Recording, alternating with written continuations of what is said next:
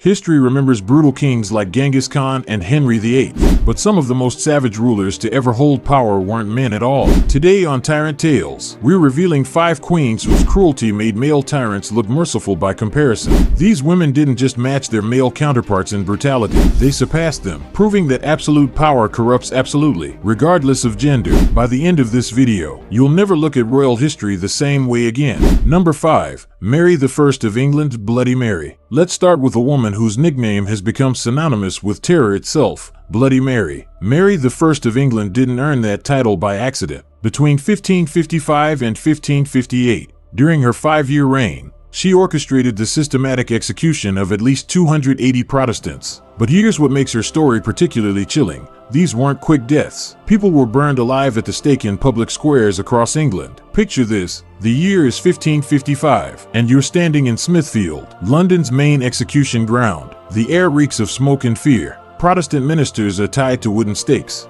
kindling piled around their feet. As flames begin to consume them, their screams echo through the streets. Among her most notable victims were Bishops Hugh Latimer and Nicholas Ridley, burned together in Oxford. The fire that day was poorly prepared, and Ridley suffered terribly, writhing in agony as the flames slowly consumed him from the feet up. His legs turned to ash while he still breathed. But Mary didn't just target religious leaders. She burned artisans, merchants, and common people. She burned husbands and wives together, forcing them to watch each other die. She even executed pregnant women, their unborn children dying with them in the flames. Mary genuinely believed she was doing God's work. Every martyr she created became a rallying point for Protestant resistance. When she died in 1558, England returned to Protestantism and never looked back. Her legacy was written in smoke and ash. Queen 4, Fredegund of Neustria, the assassin queen. Now let's travel to 6th century Francia, where a woman named Fredegund turned royal intrigue into an art form soaked in blood. Born a slave around 545 AD,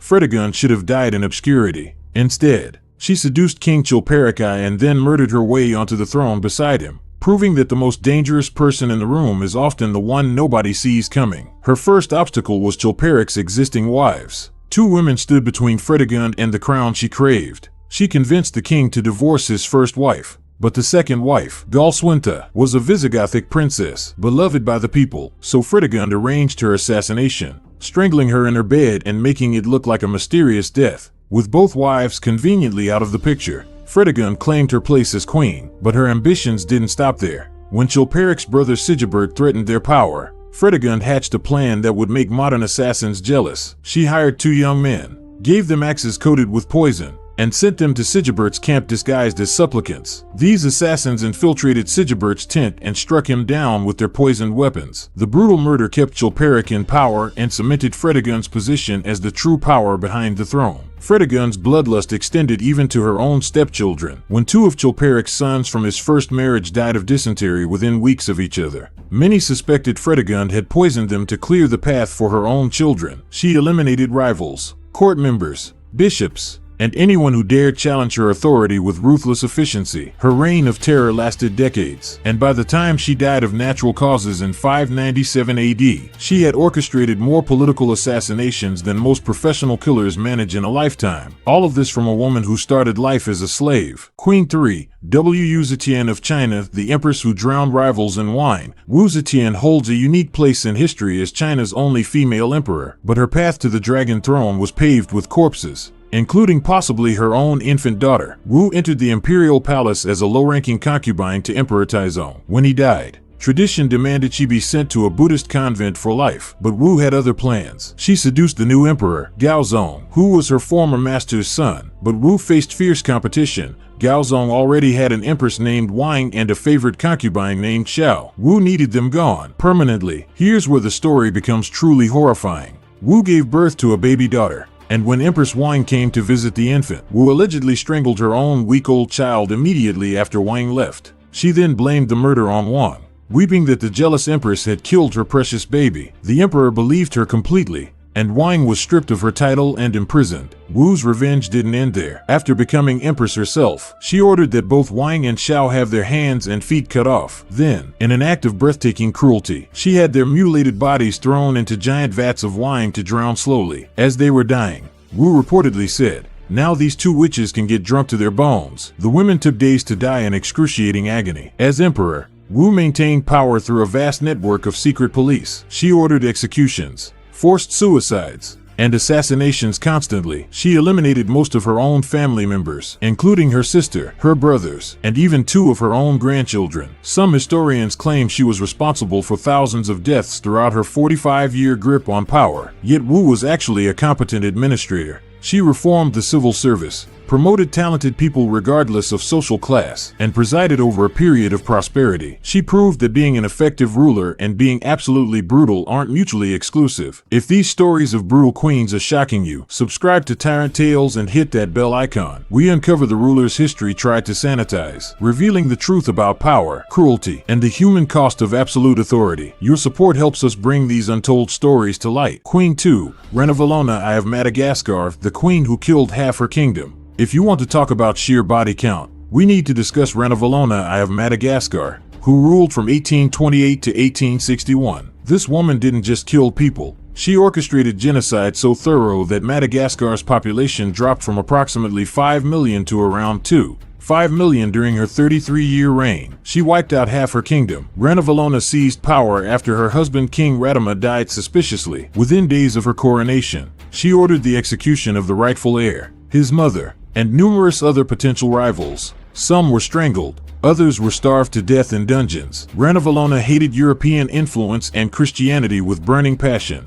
In 1835, she banned Christianity completely, declaring it a capital offense. What followed was one of the most brutal religious persecutions in African history. 15 Christian leaders were dangled by ropes over a 150-foot cliff, given one final chance to renounce their faith. When they refused, the ropes were cut, sending them plummeting to their deaths on the rocks below. But Ranavalona had more creative methods of torture. She revived an ancient trial called the Tangina ordeal, where accused persons were forced to swallow poison made from a toxic nut. If they vomited it up, they were declared innocent. If they died in convulsing agony, they were guilty. Thousands died from this barbaric practice. Between 1835 and 1861, historians estimate that 60 to 80 Christians were directly executed, but thousands more died from forced labor, torture, and imprisonment. Ranavalona used forced labor as taxation, turning her entire kingdom into a labor camp. Between 20,000 to 30,000 people died every single year under this system, collapsing in fields or simply disappearing into mass graves. When tribes rebelled, she gave her soldiers free rein to massacre entire villages, burning homes and crops, leaving survivors to starve. Yet here's the complicated part.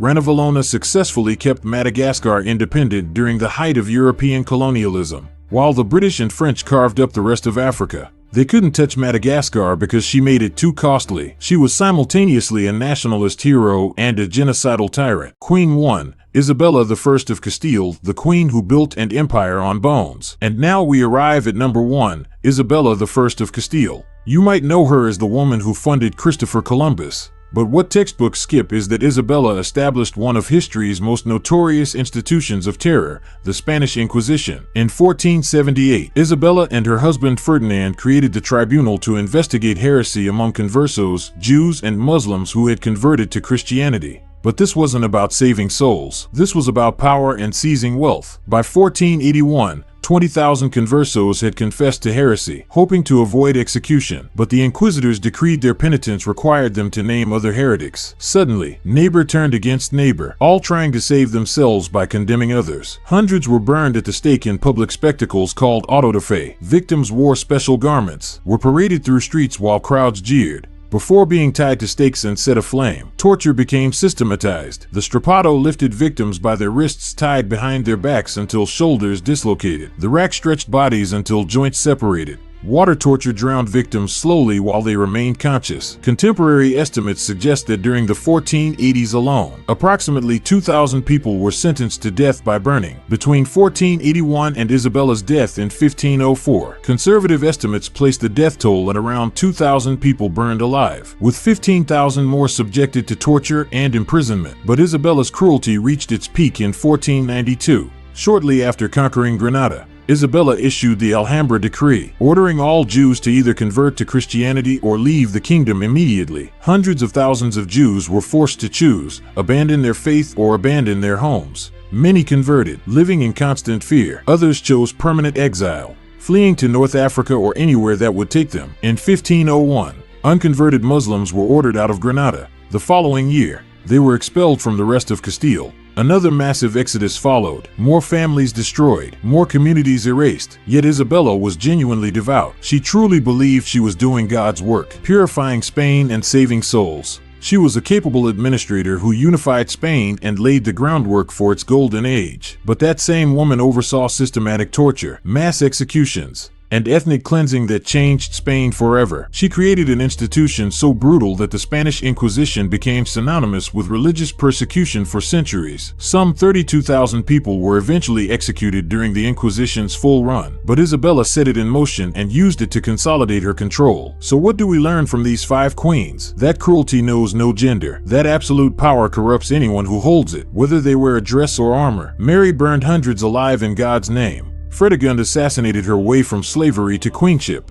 Zetian strangled her own infant and drowned rivals in wine. Ranavalona murdered half her kingdom. And Isabella created the Spanish Inquisition and expelled entire populations. Each of these women faced the same truth. In a world that told them they couldn't rule, they decided to rule anyway, and they ruled with iron fists drenched in blood. Which of these brutal queens shocked you most? Drop your thoughts in the comments below. If you enjoyed discovering that queens could be just as brutal as any king, subscribe to Tyrant Tales for more stories about history's most fascinating and terrifying rulers. Until next time, remember that power corrupts, regardless of who wears the crown.